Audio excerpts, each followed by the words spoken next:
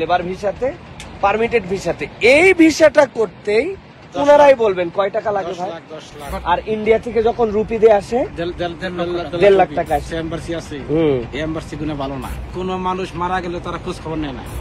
মনে হলে একজন মারা গেছে জামালপুরের নাম ফিরোজ অ্যাক্সিডেন্টে, মন্ত্রী তার লাশ সাথে হসপিটালে পড়ে দিয়েছে। 26 দিন হয়েছে,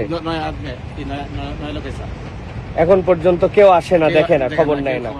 আর ইন্ডিয়ার কারেন্সির টাকা নেই একটু বেশি, 1.5 লাখ টাকা যে তাদের কারেন্সি, ওই কারেন্সি জায়গায় বুঝলাম আমাদের দেশের হিসাবে 2 লাখ 2.5 লাখ, কিন্তু 10 লাখ টাকা কে খাইলো ভাই? অ্যাক্সিডেন্ট করছেন, উনি ড্রাইভ করেন, এই গাড়িটা উনি চালান, কত কষ্ট, ডান হাতে বেচারি খেতে পারতেছে না।